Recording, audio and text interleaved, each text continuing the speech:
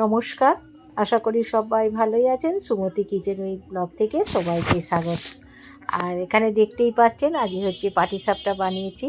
পাটিসাপটাটা কী দিয়ে বানালাম আপনারা প্রথম থেকে শেষ পর্যন্ত দেখবেন, আশা করি ভালোই লাগবে। এই পাটিসাপটাটা একটু কড়া করে ভাজা হয়েছে, তাই সেই জন্যে লাল হয়ে গেছে। আর এইগুলো দেখুন কত সুন্দর হয়েছে। আমি আজকে নারকেল ছাড়াই হচ্ছে পাটিসাপটা বানিয়েছি। নারকেল আমার ছেলেরা খেতে চায়নি নারকেল দিয়ে পাটিসাপটা, সেই জন্য নারকেল ছাড়াই আজকে পাটিসাপটা বানিয়েছি। আর এখানে হচ্ছে সার্ভ করে দিচ্ছি। আসুন তাহলে দেখুন কিভাবে কি দিয়ে পাটিসাপটা বানালাম। অনেকগুলোই কিন্তু বানিয়েছি। আশা করি আপনারা প্রথম থেকে শেষ পর্যন্ত দেখবেন। ভালো লাগলে চ্যানেলটিকে সাবস্ক্রাইব করবেন, লাইক করবেন, শেয়ার করবেন আর কমেন্ট করে জানাবেন আজকের পাটিসাপটা কেমন হয়েছে। শীতকালে কিন্তু অসাধারণ লাগে খেতে এই পাটিসাপটা। আসুন তাহলে দেখুন। আজকে চাল গুঁড়ি দিয়ে পাটিসাপটাটা বানাবো না। এখানে 1 কাপ হচ্ছে সুজি নিয়েছি আর 2 কাপ হচ্ছে ময়দা দিচ্ছি।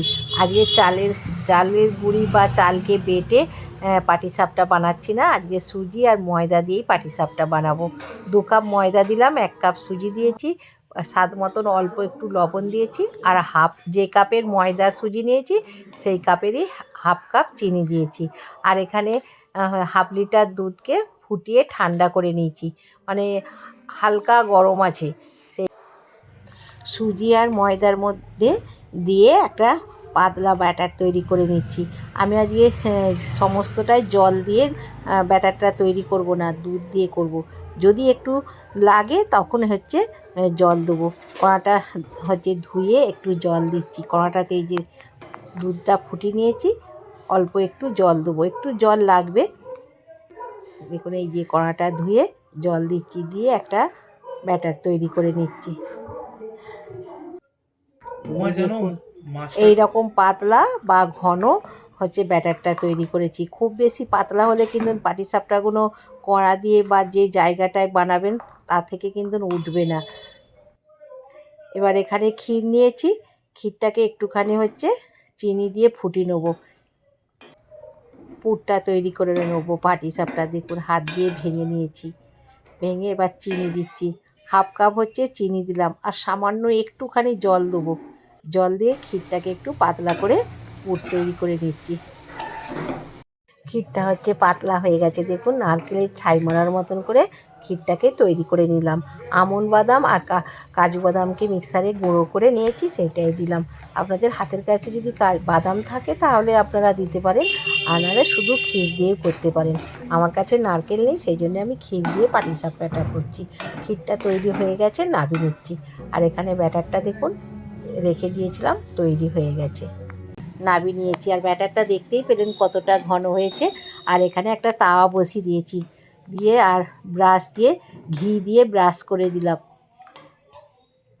আপনারা সাদা তেল দিয়েও করতে পারেন। তাওয়ার মধ্যে ব্রাশ দিয়ে ঘিটাকে বুলিয়ে দিলাম, দিয়ে আর একটু বেশি করে দিলাম। একটু বড় বড় করেই পাটিসাপটাটা করব, আপনারা ছোট বড় করে নেবেন।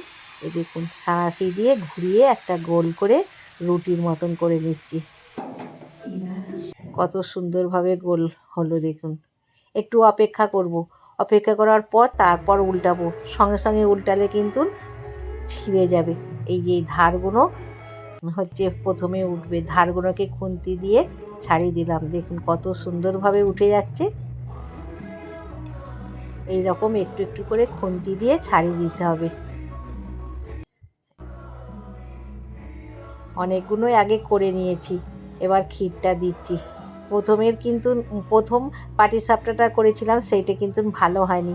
প্রথমেরটা কিন্তু খুব একটা ভালো হবে নি, তারপর ভালো হবে, মানে তাওয়াটা সেট হয়ে গেছে, এবার সুন্দর হচ্ছে। দেখুন ক্ষীরটা একটু বেশি পরিমাণে দিলাম, দিয়ে আর এই যে রোলের মতন করে নিচ্ছি।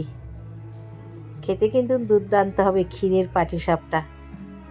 আর একটু হচ্ছে ঘি দেবো, ঘি দিয়ে হচ্ছে তাওয়াতে ঘিটা বুলিয়ে তারপরে পাটিসাপটাটা তৈরি করছিলাম, কিন্তু এবার ঘি দিয়ে একটু ভেজে নিচ্ছি, খেতে আরও টেস্ট হবে।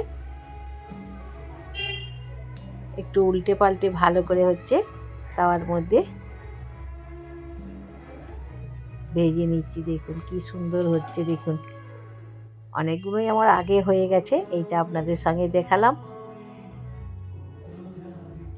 এর থেকে বেশি যদি আপনারা লাল করেন তাহলে লাল করতেই পারেন, আমি খুব একটা বেশি লাল করিনি। এই দেখুন কি সুন্দর হয়েছে, দেখুন আর কতগুলো হয়েছে দেখুন। প্রথমে একটা তাওয়াটা হচ্ছে গরম হয়ে গেছিলো, সেই জন্য প্রথমেরগুলো একটু লাল হয়ে গেছে। আর পুরো একবারে লো আছে এই পাটিসাপটাটা করলাম, সেই জন্যে।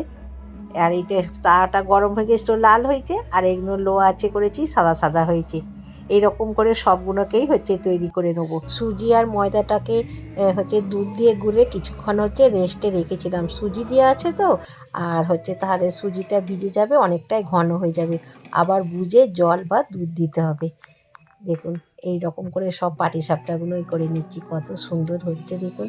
করতে কিন্তু দারুণ মজাও লাগছে। কতগুলো হয়ে গেছে দেখুন, দেখতে দারুণ লাগছে। সব পাটিসাপটাগুলোই হচ্ছে করে নিয়েছি, এবার এখানে হচ্ছে সার্ভ করে দিচ্ছি। আশা করি আপনারা প্রথম থেকে শেষ পর্যন্ত দেখলেন। আর 12 মাসই ভালো লাগবে পাটিসাপটা, কিন্তু শীতকালে আর এই পৌষ মাসে পিঠে তো পিঠে বেশি পরিমাণেই খাওয়া হয় ঠান্ডাতে, শীতকালে। আর এই দেখুন এইটা দিয়ে ক্ষীর বেরিয়ে পড়ছে। ক্ষীরের পরিমাণটাও আপনারা কম বেশি করে নেবেন। ক্ষীরের পরিমাণটা একটু বেশি করে দিলে পাটিসাপটাগুলো খেতে খুবই টেস্ট লাগবে। তাহলে বন্ধুরা নিশ্চয়ই প্রথম থেকে শেষ পর্যন্ত দেখলেন কিভাবে আজকে আমি হচ্ছে ক্ষীরের পাটিসাপটা বানালাম। আবার দেখা হবে, ততক্ষণে সুস্থ থাকবেন, ভালো থাকবেন, নমস্কার।